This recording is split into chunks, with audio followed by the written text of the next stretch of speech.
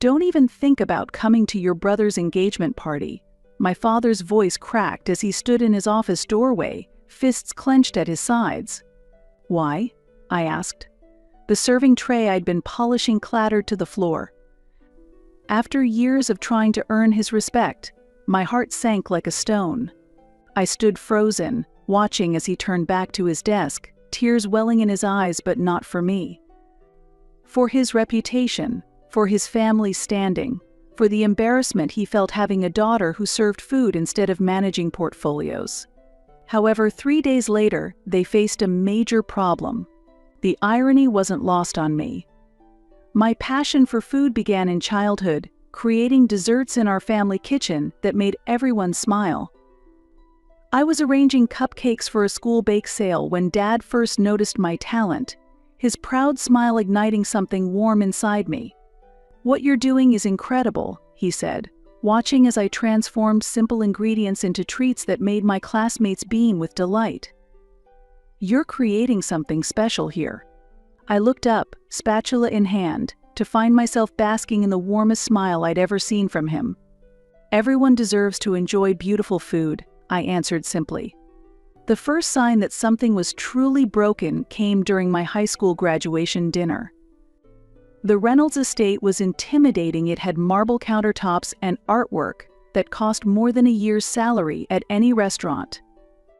My mother sat stiffly at the head of the table, pearl necklace gleaming under the chandelier light. "And what are your plans now, Olivia?" she asked, though we'd discussed my culinary school applications countless times.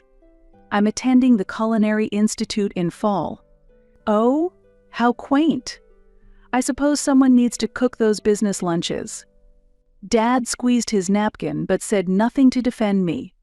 "Will you be studying management?" he asked, his voice tight. "Restaurant administration is quite lucrative. You've always had a talent for cooking. You should build on that and study business management." I blinked in confusion. "I'm focusing on culinary arts. I enjoy creating food directly. The hands-on, creative work is why I love cooking." The table fell silent.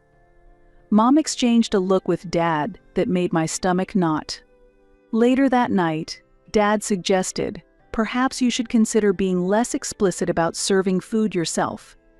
People in our circles respect business owners, Olivia. Maybe emphasize the management part more than the waitressing." I dismissed it then as a one-time concession. I was planning to pursue my dream of serving my own cooking to people with my own hands someday, while gaining experience as a waitress in a hotel and studying cooking. Little did I know it was the beginning of Dad's campaign to reshape me into someone his social circle could respect, someone the Reynolds family could showcase at their gatherings. For years, I tried to be both the daughter my father wanted to show off and the food service worker who found joy in creating perfect dining experiences. I maintained my shifts at Grand Meridian while attending his business functions. I wore the right clothes, learned which wines to recommend, and smiled through conversations about market trends and vacation properties. My father gradually stopped acknowledging my culinary creations and no longer saw me as the talented daughter that once surprised him. For him, my cooking was nothing more than a consistent hobby. The morning after Dad's rejection, I wandered through my small apartment, a stark contrast to the Reynolds estate in Westmoreland Heights where I grew up.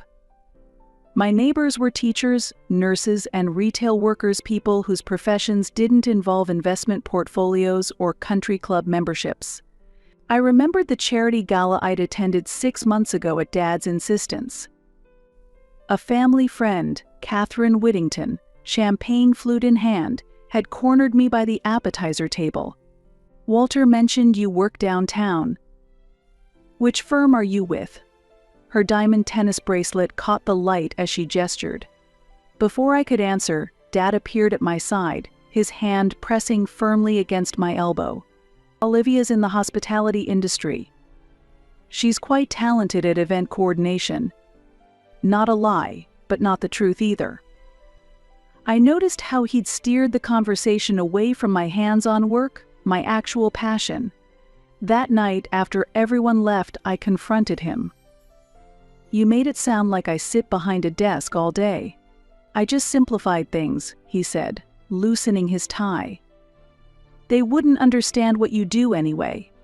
"What's there to understand? I'm a waitress at a hotel restaurant." "I'm proud of that." He sighed, that familiar crease forming between his eyebrows.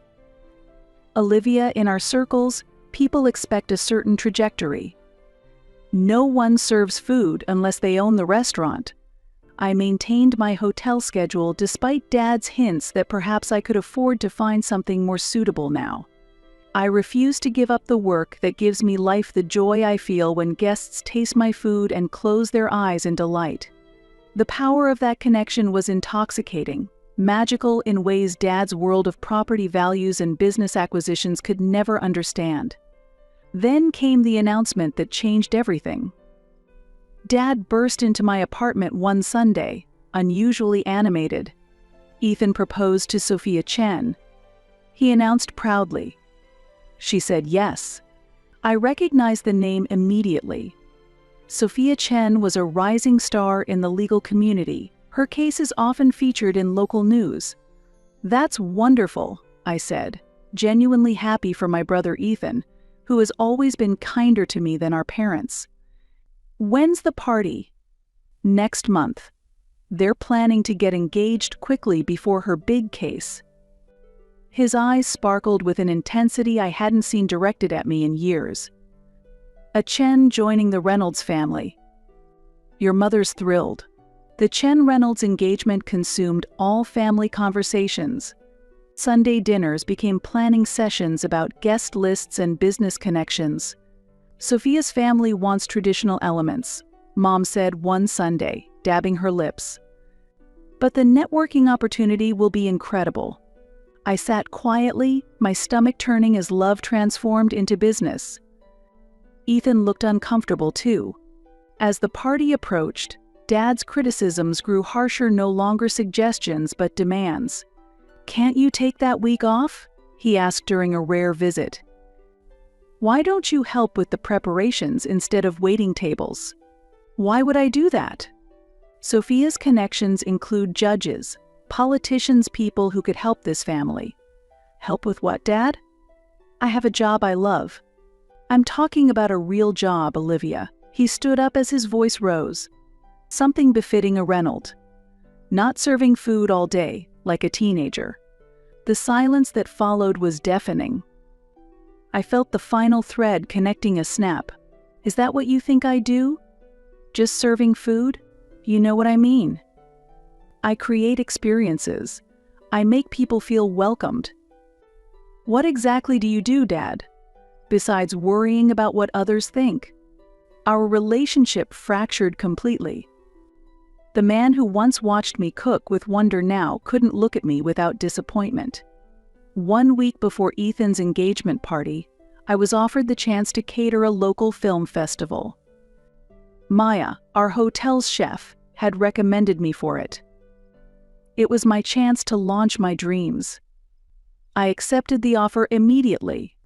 When I told my father I couldn't help prepare for the engagement party because I would be busy, his face twisted in disbelief. "You're choosing to serve appetizers instead of helping prepare for your brother's engagement party." What followed was the argument that ended everything, harsh words thrown like knives, years of resentment surfacing. Dad accused me of embarrassing the family by refusing to move beyond my little food service job.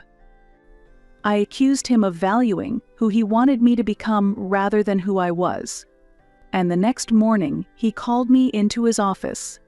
"Don't even think about coming to your brother's engagement party," he said flatly. "Why?" I asked, though I knew the answer. "I don't want people to know you're just a waitress." The word just hung between us, weighted with years of disappointment. I stood in the aftermath, spatula in hand, realizing I'd spent years trying to carve away parts of myself to fit Dad's vision, when I should have been serving myself first. 2 days before Ethan's party, my phone rang at 6:07 a.m. Mom's name flashed on screen. Unfortunately, my curiosity won over my initial reluctance. "Olivia," her voice was high and tight with panic. "We need to speak with you." "I'm listening." I kept my tone neutral. "The catering company canceled their contract because of the hurricane. The replacement we found is completely inadequate." I bit back a laugh. "That sounds unfortunate." "It's a disaster. Their food is inedible, and guests will arrive tomorrow." Sophia's parents are flying in today. The satisfaction warming my chest was petty but real. "What does this have to do with me?" "We need your cooking abilities." The words seemed to pain her. "My abilities as what? A waitress?" I emphasized the last word. "Yes, and your culinary skills." I thought my profession embarrassed the family. "Olivia, please. This party is important to all of us." "I'm asking for your help. I have a booking for the film festival," I lied. In reality, the film festival was the following weekend. "We'll compensate you generously, plus bonuses for the inconvenience." "I'll think about it." I ended the call. Minutes later, my phone chimed with a voicemail from Ethan. "Olivia, it's me. I know things are awful between you and Dad, but we're desperate.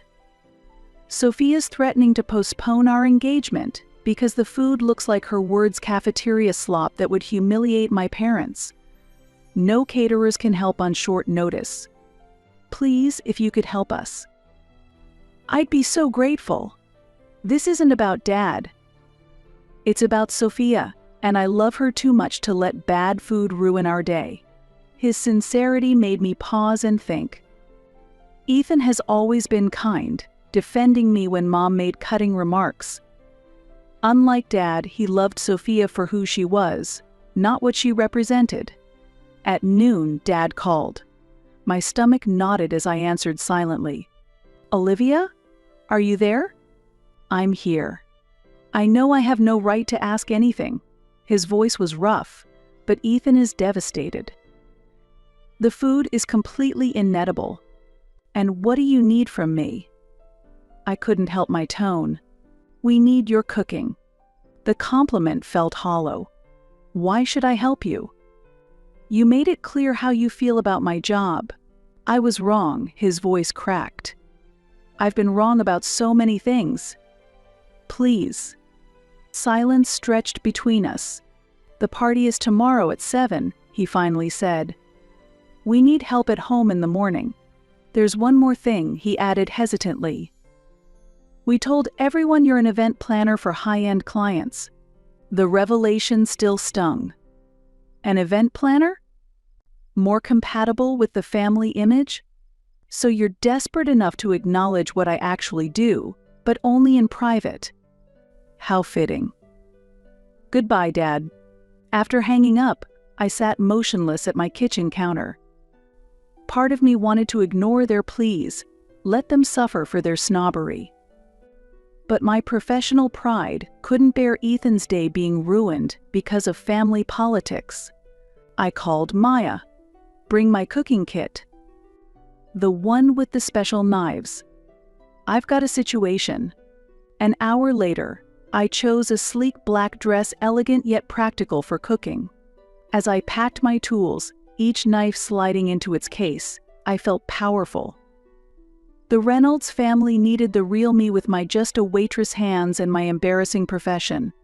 Back straight, chin up, I was ready to enter the lion's den with only my culinary skills as weapons. I arrived at my parents' estate to find catering vans and chaos. "I'm here for the Chen Reynolds engagement," I told the guard who didn't recognize me. Outside the kitchen, I took a deep breath before pushing the doors open. Mom stood inside, disheveled and anxious. "Thank God," she whispered, pulling me forward. The kitchen was a disaster, containers everywhere, burned food smells, a red-faced chef arguing with staff. Dad stood by the doorway on his phone. When he saw me, relief in his eyes quickly turned to shame. He couldn't meet my gaze. "Olivia's here," Mom announced, commanding once again. Sophia Chen appeared, elegant despite her worry. The food samples were indeed catastrophic: overcooked meat, broken sauces, terrible presentation. "You're the chef?" she asked, hope in her eyes.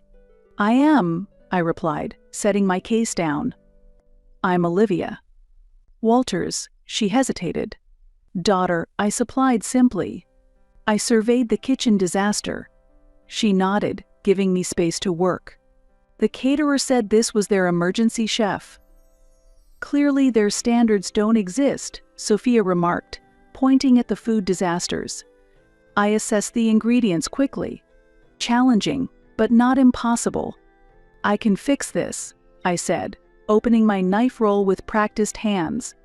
Mom watched with surprise as I arranged professional knives and tools with precise efficiency. "What were you hoping for?" I asked Sophia while examining the supplies. "Something elegant but approachable, not pretentious," she explained with animated hands. "We love comfort food with thoughtful presentation." I nodded, a menu forming in my mind. "I can create that for you. I'll need 4 hours. "We don't have," Mom began. "4 hours, or your guests eat this," I interrupted calmly, pointing to the burned food. "Your choice." Mom fell silent. Dad shifted uncomfortably nearby. "Do what you need to," Sophia decided. Everyone out. "Except, would you mind if I stay, Olivia?" "I'd like to watch you work." Mom's face showed pure indignation. Within moments, everyone else filed out.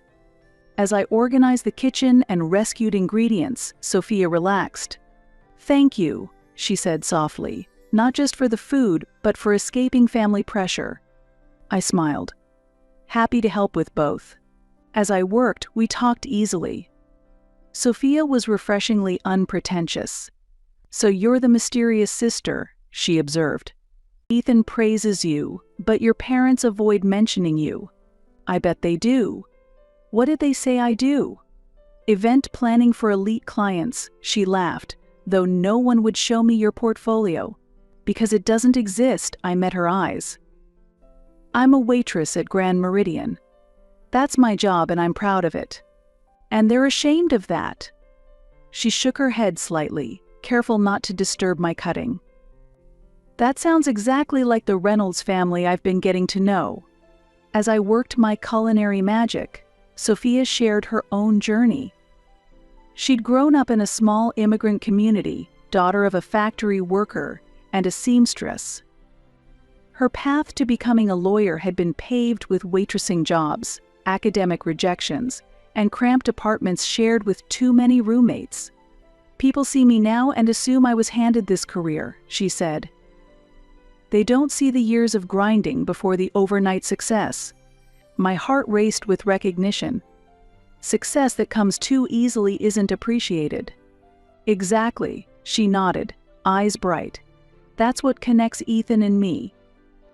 He may come from wealth, but he's designing his own path, rejecting his father's connections. He wants to earn everything himself." This revelation stunned me. During our few interactions, Ethan had seemed different from our parents, but I hadn't grasped the depth of his independence. As I put the finishing touches on the main course, the kitchen doors swung open.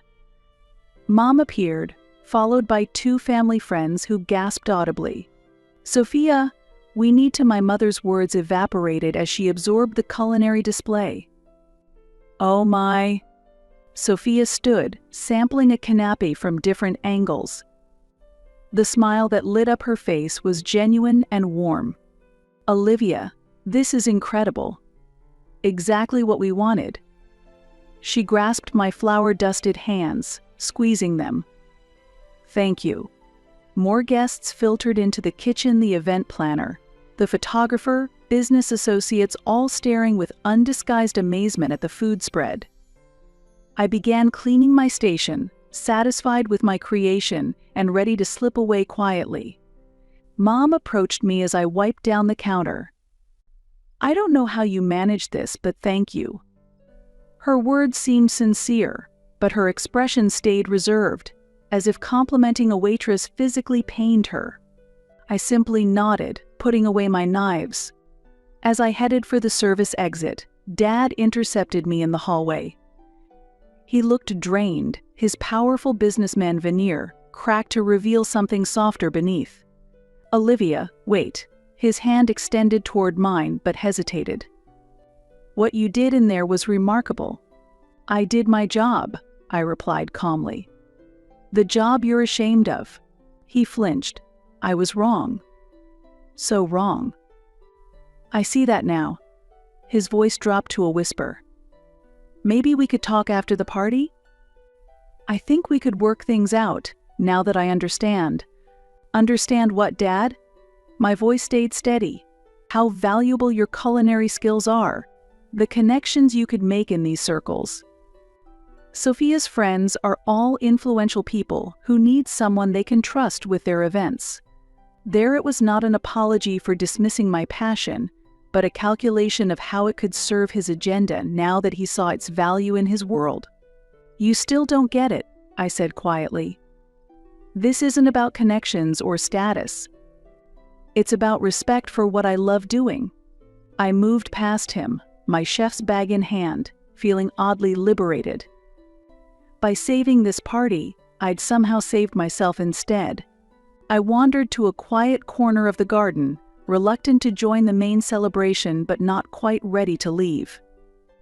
The aroma of roses and evening jasmine filled the air as guests moved toward the dance floor inside. "Olivia?"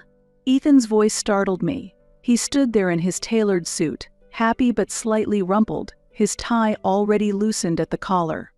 "Shouldn't you be mingling with guests or taking photos?" I asked, surprised to find him alone. "They can wait 5 minutes." He approached, hands tucked in his pockets. "Sophia told me what you did, how you stepped in when we didn't deserve your help." I shrugged. "Professional pride. I couldn't let everyone go hungry at your engagement party, even if I wanted to." Ethan laughed. Then his expression sobered. "It was more than that, and we both know it." He nodded toward a stone bench, and we sat. "I need to apologize for our family, for how they've treated you, for how Dad." His voice faded. "You don't need to apologize on his behalf." "Maybe not, but I understand him better than most."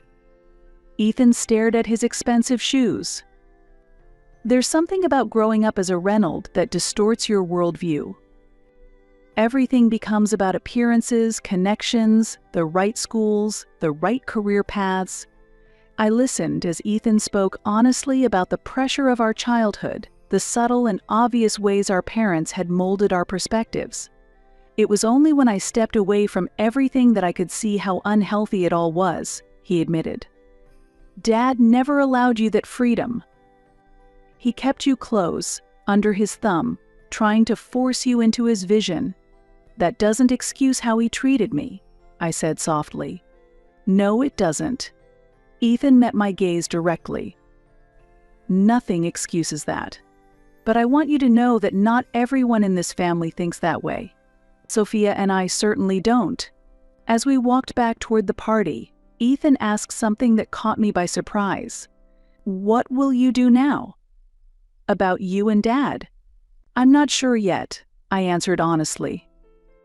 "But I know I won't make myself smaller anymore to match someone else's definition of success."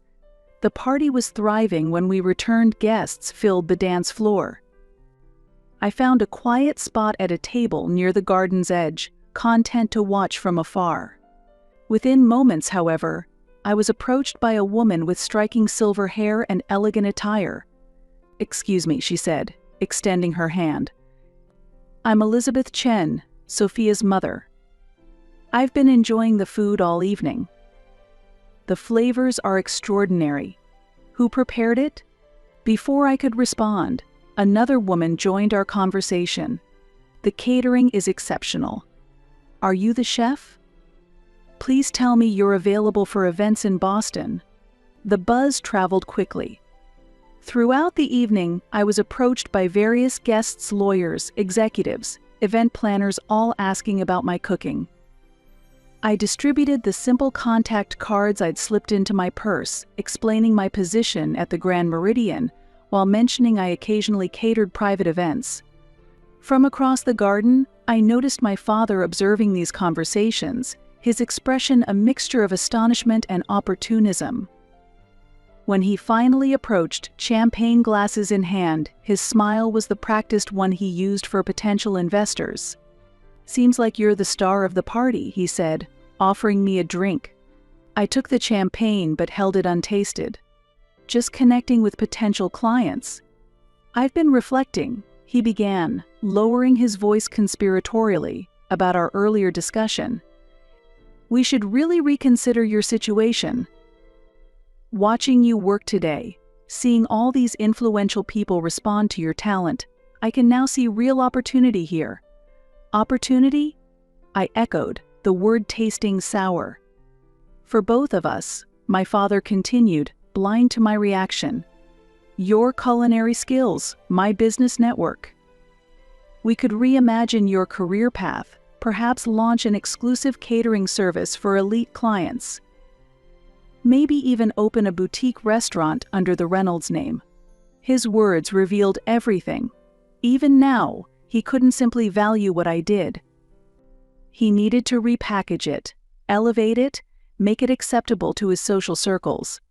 I placed the untouched champagne on a passing waiter's tray. "No thank you, Dad," I said evenly.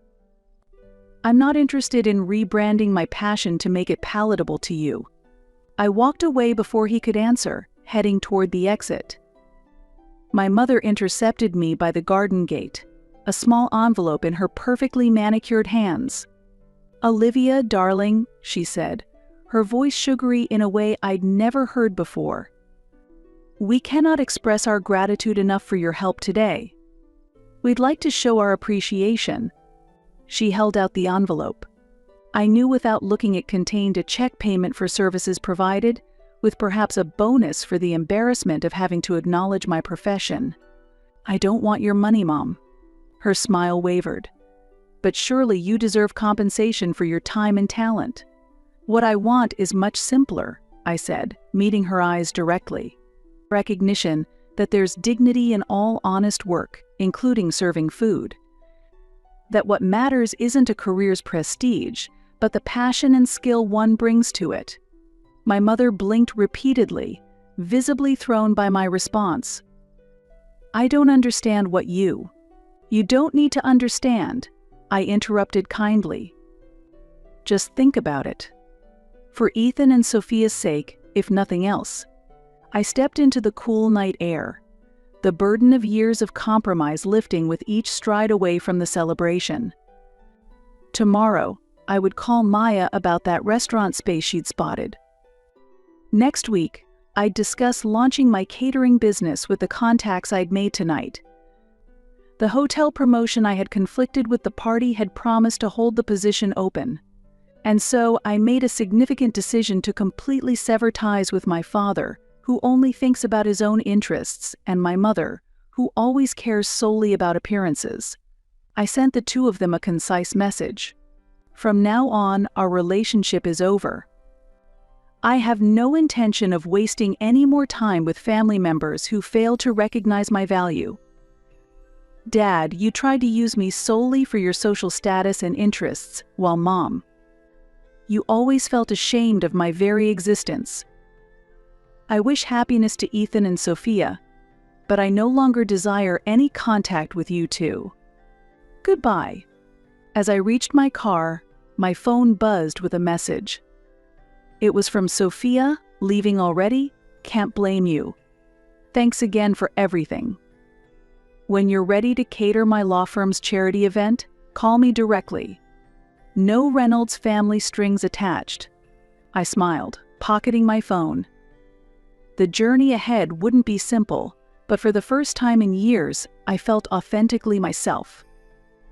I had arrived at that house with just my skills and my knives, but I was departing with something infinitely more precious, the knowledge that I would never again make myself smaller to meet someone else's standards. My skilled, confident, creative hands gripped the steering wheel as I drove away from the Reynolds family toward a future where I will be valued for exactly who I am, not in spite of it.